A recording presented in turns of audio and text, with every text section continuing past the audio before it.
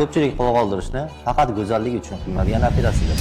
Lekin bu nafaqat estetik, balki anatomik jihatdan ham katta foyda beradi. Yosh o'tishi yoki irsiy omillar sababli yuqori qovoq terisi osilib qolishi mumkin. Bu nafaqat tashqi ko'rinishni o'zgartiribgina qolmay, ko'rish maydonini ham sezilarli kamaytiradi. Natijada inson peshona sohasini ko'tarib qarashga majbur bo'ladi. Bu peshona sohasida erta ajinlar paydo bo'lishiga sabab bo'ladi.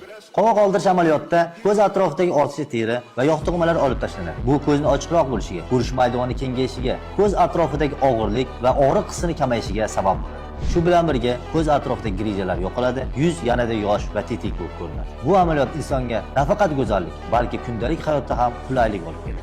Shuning uchun qovoq oldirish bu faqat estetik emas, balki funksional va anatomik jihatdan foydali amaliyot bo'lib hisoblanadi. Siz va sizning yaqinlaringizda qovoq oldirish yoki bo'lmasa yuz sohasida turli muammolar bo'ladigan bo'lsa, marhamat bizga murojaat qiling.